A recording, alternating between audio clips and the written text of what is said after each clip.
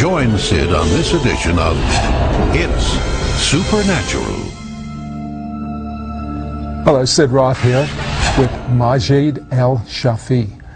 What happens when an Egyptian Muslim finds out that Jesus is the Messiah?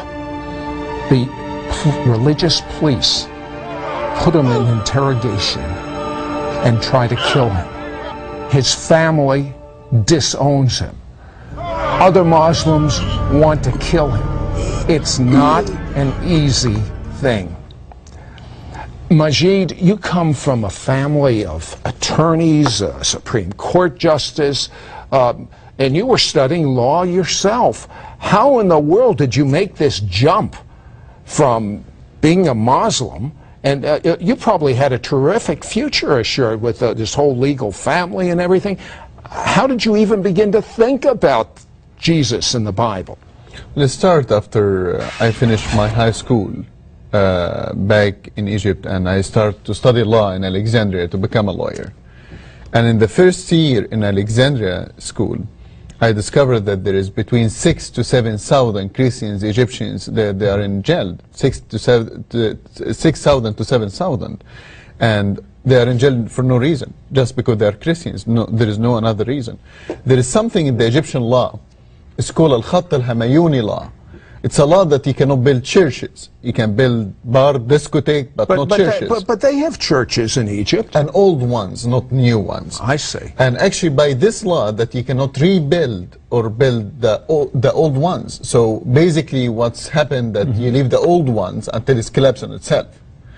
So all of this show me that there is something wrong. There is persecution. So you're worried about this problem. How did you then make the leap to believing in Jesus? I started to research why there is persecution. From my knowledge, when there is a persecution, that means that the enemy tried to hide something, that somebody tried to hide. Why you persecute some people, you know? Well, you have a real legal mind. Yeah, exactly. And I went to my best friend, his name is Tamer. Tamer was Christian, I was Muslim. And I told him, Tamer, why there is persecution happening to the Christians? And Tamer told me, listen, if I answered you, my answer can affect our friendship together. But I will give you a book. In this book, you will find answer for every question that you have. My first time I opened this book, it was a book about justice and love and forgiveness, more than about law. It's called the Holy Bible. And first time I opened the Holy Bible was chapter John 8. And in John 8, they bring a lady commit adultery, throw her in front of the Lord, told him, yes, judge her according to the law of Moses. He started to write down on the sand by his finger. They repeated the question again. The Lord looked at all of them, told them, who without sin cast her the first stone? And the only one who can cast the first stone was the Lord himself, Jesus, because he is the only one have no sin. But he didn't. They left. He looked at the lady, told her, go sin no more, I forgive you. And this was my first time I see true forgiveness. True forgiveness. I started to read the Quran, I started to read the Bible, I started to compare between both of them. In the end, after almost a year, I went to my friend Tamer and I told him, Tamer, I know now what is Christianity. Christianity is not about religion. Christianity is not about going to the church every Sunday, hallelujah, bless the Lord, and see you Lord next Sunday. Christianity is about a relationship with God. I accept the Lord and I want to receive Jesus. But you have to count the cost. How could you do that? Your heritage, your family, your career. Nothing of that equal anything. If you know that your soul in the end will end in hell. Okay, you started an organization to help the Christians in prison and the rights for Christians. Yes. And how large did the organization become in Egypt? Well, we started by 7 members, and after that we ended in 2 years 24,000. 24,000? In one church. Then he writes a book about what he believes, and he gets arrested. What happened when you got arrested? August 15, 1998. 1:30 in the morning, I heard knock on my door. I went to open the door. An officer asked for a name. I told him, a gentleman asked for a name. I told him nobody here by this name. 2 minutes later, five soldiers, 2 officers, they came, they broke the door, they took me from inside. They put me in the police station. It's called the Zogli police station. It's behind the Egyptian parliament. They told me, we know who you are. We know about the book that you wrote, the organization that you built. One thing we don't know, that who is the rest of your group. I told them, I don't know which group, I don't know which organization. And if you know everything about me, why are you asking me? They told me, you want to play tough? We can play tough together. I told them, tough is my middle name. You have no idea. They took me next day to Abu Zabal jail. Abu Zabal jail, known in the Middle East to hell on earth. And Abu Zabal jail, let me just tell you a few information about the persecution system in the Middle East. As the people listening to us now, they have no knowledge about what's happening. And first, they change your name in the official paper. So if your family or any human rights organization ask about you, you are not exist. Really? In the official papers. The officers that they are torturing you, they're always wearing masks. You cannot see their faces. They always call each other by numbers, not by names. And every day was different, the level of torture.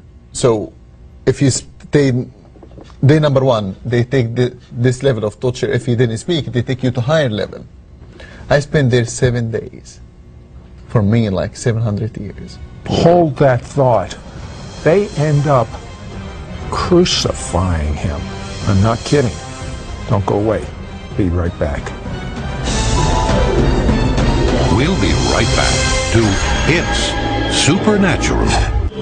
We now return to It's Supernatural. Hello, Sid Roth here with Majid El-Shafi.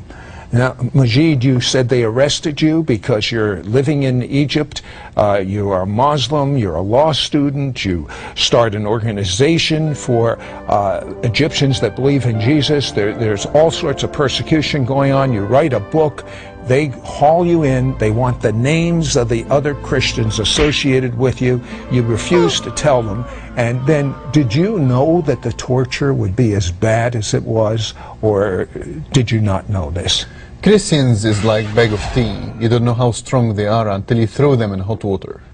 So I didn't know, but I expected something like that. Okay, each day they got progressively worse, and is it true that they told you what they were going to do the next day so you would think about it? Yeah, basically. It's a mental thing as well as physical. It's a mental warfare, of course. Day number one, they shave the hair of my head, they put my head in cold and hot water. When I say cold water, it's a frozen water almost. And when I say hot water, there is smoke coming out of it. And they put your head 1 minute here, 1 minute there. After that, they took me back to my cell. They told me, you tell us the name of your friends. I told them, to be honest with you, I didn't take shower for a long time and I enjoy the cold and hot water. You got chutzpah, that's a Hebrew word, nerve. And I look handsome without hair. And seriously, if you see, I kept the style a little bit. The more that you smile, the more that you show them no fear, they lose their control. Day number two, they carry me, they put me upside down. Half of my body was on the ground, the another half was hanging. They burned me by 3 cigarettes, they slashed my back, they beat me by every way possible. In the day number two, the only thing that I can really remember in day number two was the taste and the smell of my blood. They took me back to my cell. They told me, tell us the name of your friends. I told them no. And they told me, do you know what will be your punishment when tomorrow, if you didn't tell us, you're tortured tomorrow? I told them no. They told me that we release 3 dogs to attack you. The 3 dogs trained to attack human beings, to eat flesh. And they closed the door. If you are in my place, what do you do? So they opened the door. Day number 3, if you are in my place, what do you do? I just prayed to the Lord and I told him, Lord, just take me home. Basically, just, kill me before tomorrow morning. That would have to be a horrible death, to have these attack dogs. And I was scared because I was afraid that under heavy torture I can mention the name of my friends. I'm still flesh and blood. Day number 3, they open the door. My cell is dark. The corridor, the light in the corridor is red light. They open the door. You can see the shadow. The 3 dogs getting closer and closer, and you can hear their noise, their voice, the feet. And I went and I sat down in the corner. And I waited for pain and agony, and I covered my face by my own hand. And the dogs get closer and closer and closer, and suddenly I couldn't hear the noise. I couldn't hear their voices. I took my hand away from my face to see what's happened. The 3 dogs sitting around me, none of them attacked. Soldiers and officers start to kick the dogs to attack. Yes, of course. You see, these dogs train to listen to their master, but there is no higher master than Jesus Christ. Long story short, they took the set of the 3 dogs, and I can hear the soldier telling them maybe they're sick. Bring me another set of 3 dogs. They bring another set of 3 dogs. The another set of 3 dogs sit in the same position, but the middle one took a step forward, and he licked my face. Well, what did the guards think about that? The guards didn't know what's happened. They took the 3 dogs. They closed the door. All of them, they was talking about miracle. They didn't know what is miracle. And but they was talking about what is miracle. And day number 4, officer number 27, big huge man, strong man, he came, he opened the door, he told me, listen, I'm not afraid from you. I told him, I know that you're not afraid from me. I am the one who's supposed to be afraid from you. You're the one who's torturing me. Do you have chutzpah? He told me, listen, I'm here to make with you a deal. I told him, I'm listening. He told me, tell me the name of your friends, I will release you. Whatever you like, I will give you. You want a big house? I give you a big house. You want a brand new car? I give you a brand new car. You want beautiful ladies? I give you beautiful ladies. Whatever you want, I give you. I told him I like it. I will take the deal. But first, I didn't eat for 3 days. Go bring me food, and after that, we'll talk together. He told me whatever you like to eat. I told him shish kebab. And trust me, shish kebab is much better than McDonald's. But anyway, so he went, he bring the best shish kebab. I sat down, I ate. He told me, now you tell me the guys who work with you. I told him, listen, our group is a big, huge group. Of course. I cannot give you all their names. I cannot remember all of them. But I will give you the name of our leader. You can catch him, and he can tell you exactly the rest of our groups. He told me the leader. I thought that you are the leader. I told him, no, sir, I'm just a servant. He told me, okay, give me the name of your leader. I told him the name of our leader, Jesus Christ. If you can catch him, catch him. Oh, my goodness. Now, he didn't react too well to that. No, he didn't like it. What did really. he do? Well, officer number 27, he punished me 2 punishments. The first punishment that he slapped my face. And he was a strong, big man. I hit the wall. Officer number 27 didn't know that later on I will be in your show making fun about it. He didn't know that. He thought that he broke my spirit, but he was wrong. Later on, they took me. My second punishment is the reason that I don't sleep in the night. Until now, I have What nightmares. They took me to another dark room, and they have piece of wood, a cross shape. They took off my clothes, and they crucified me for 2 days and a half. Not nailed. No You nail. were They tied your tied- hand. You tied your hand, your neck, your waist, your arms, your feet, your legs. And in the end of the 2 days and a half, they bring an Egyptian knife, it's called mangle, and they make cut to the back of my left shoulder, and they put lemon and salt on the open wounds. How much can one human take? And one human with God or without God? That's the question. I'll tell you what, hold that thought. We'll be right back, because they could not break him. And what do you think about these attack dogs not attacking him? Sounds like Daniel in the lion's den. Be right back after this word. We'll be right back to It's Supernatural. We now return to It's Supernatural. Hello, Sid Roth here with Majid, and I don't know about you, but how can a human take what he went through? So they did succeed. They didn't break him, but they sure broke his body. And they take him to a hospital, if you could call it such a thing as a hospital. And he is so thirsty. They don't expect him to ever walk out of that hospital alive. He's so thirsty. What happened, Majid?